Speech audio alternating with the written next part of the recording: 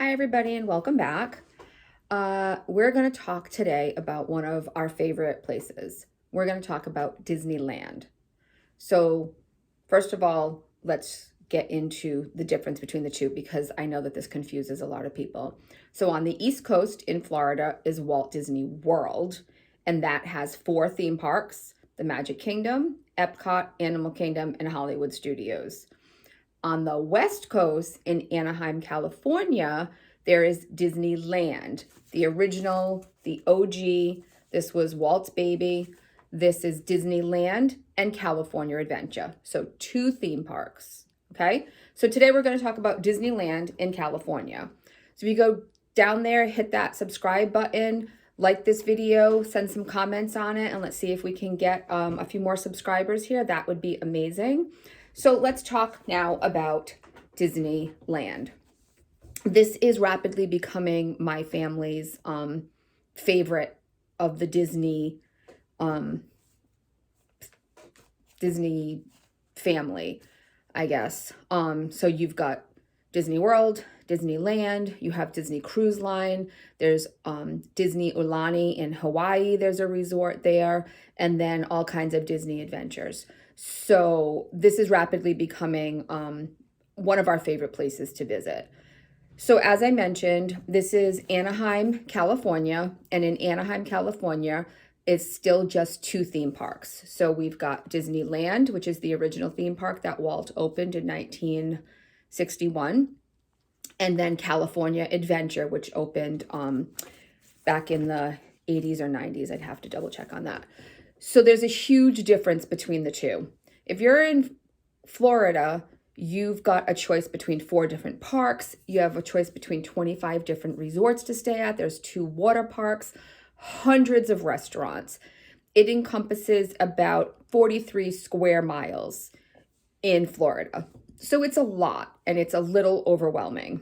However, if you go to California, you're kind of in more of the middle of an urban city. It's not like a super busy city like Boston or Providence, but it's more like it's more city-like, and the theme park is kind of plopped right in the middle, and it encompasses 3 miles. And we know this to be true because we were there in November, and my husband would walk it every morning, and he would just go the perimeter of all of the Disney property, and it was 3.1, I believe he said. So huge difference, a 40-mile difference there between 3 miles and 43 miles on the 2 coasts. A lot of people, when I mention it, it's like, ooh, I can't go to California. That's so expensive. Actually, that's not true.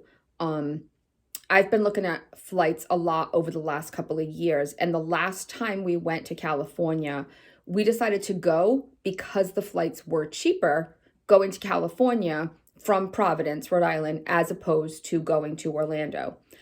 And the beauty of going to California is you actually have more options with your airlines.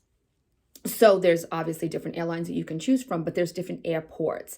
Everyone assumes they have to fly into LAX, which is Los Angeles. We don't. My husband used to go into LA a lot for business and despises that airport. It's large, it's overwhelming. It's a lot for someone, who maybe doesn't travel a lot.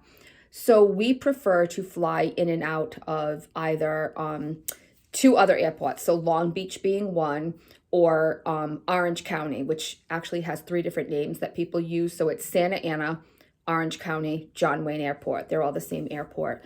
There's also Burbank, which isn't too far as well. So there's actually a lot of options. Now, if you fly into LA, it takes you about an hour to get to Anaheim, to get to the Disneyland resorts, as opposed to flying into Orange County or Long Beach. It's about a half an hour difference. So you're coming kind of from this way instead of this way. I might be wrong on this, but you're coming from one direction as opposed to the other. And the traffic is a lot less. Because California traffic is real, trust me. So coming from LA, the traffic is horrific, and it can take, if it's a bad traffic time, or the traffic just happens to be bad for some reason, it can take 2 hours if you're a shuttle or an Uber or whatever the case may be. I don't think we were in the car for more than 35 minutes on either of our Ubers from Santa Ana or going back to Long Beach. And the airports are smaller. People are very friendly. It's a much nicer experience. So we prefer to fly into the smaller airports whenever possible. And the flights were actually cheaper for both of these for us. And I just checked before I hopped on here. And currently, I just used April vacation because we're going to Orlando during April vacation, which is always higher. So our flights to Florida were high. So I just priced it out. And it's about the same amount of money within like, $10 or $20 of each other. LA being less expensive, actually.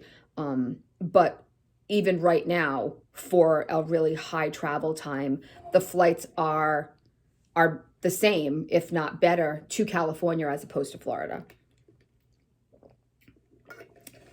Excuse me. So if you're a first-time follower, a first-time traveler to Disney, you might be better off trying California first because it's a lot less overwhelming. Disney is huge and there's a lot going on. There's a lot to know and a lot to do and a lot to see, but it can be overwhelming very quickly. Whereas California, everything's a lot more condensed and everything's right there for you. And it's easier to kind of get your bearings. So if you're in Florida and you're staying, this is a really bad map, but this is the map of what everything encompasses in Orlando. And you start way over here at Disney Springs where like a lot of people will be eating. And then you've got Epcot over here in the middle, Animal Kingdom way down here, Magic Kingdom over here, and then all of these resorts and everything thrown in. And it's a lot. And you're on buses and shuttles and everything all the time. So for some people, it's too much. If you're in California, you can walk to everything. And I know it sounds like a lot. You're walking 3 miles. It's not. You're not walking 3 miles to get somewhere. But keep in mind, if you're going to Florida and you're doing a park day, generally speaking, a really low park day for somebody would be 10 miles. My husband tracks his on his watch, and we usually do like 13 to 15 minimum in a park on a day. So just keep that in mind. So if you're in California, you now have 3 options as opposed to 25 options for Disney resorts. So Disneyland has 3 separate resorts, all great in their own right. Starting at the bottom level, you've got Paradise Pier Hotel, which is currently under refurbishment and they're redoing the whole thing. So that's kind of like your value. That's the lower end. And it's all themed to Pixar movies. So that starts down here. And then the middle hotel is the Disneyland Hotel, which is probably one of our most favorite hotels that we've ever stayed at. Not even just a Disney hotel, but all the hotels that we've ever stayed at, this was probably in the top 3. We absolutely loved this hotel when we visited here in November. And then at the top would be Disney's Grand Californian, which is obviously themed after like the Californian redwoods. It's a gorgeous, gorgeous hotel. It's, that deluxe, so the price is going to be up there. So we did also spend time there. And the room was beautiful. The resort was gorgeous. It's huge. And in the end, we actually preferred the Disneyland Hotel, which was a lesser expensive of the 3, as opposed to that deluxe Grand Californian. So, just keep in mind that just because you're paying more for something doesn't always mean it's going to be what you're going to like the best. We absolutely loved the Disneyland Hotel and the service there was impeccable. And if we go back to California or when we go back to California, that's definitely where we'll stay.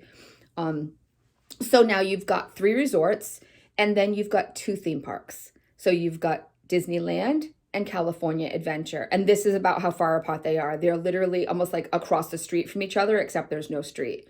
So when you walk up from the main road, you have one on one side and one on the other. And if you have a park hopper, you can just walk out the front and walk over to the other one, and you can just go back and forth all day, as opposed to Disney World, where you're either having to get on a monorail or you get on a bus or get on a boat or wherever, depending on where you're going.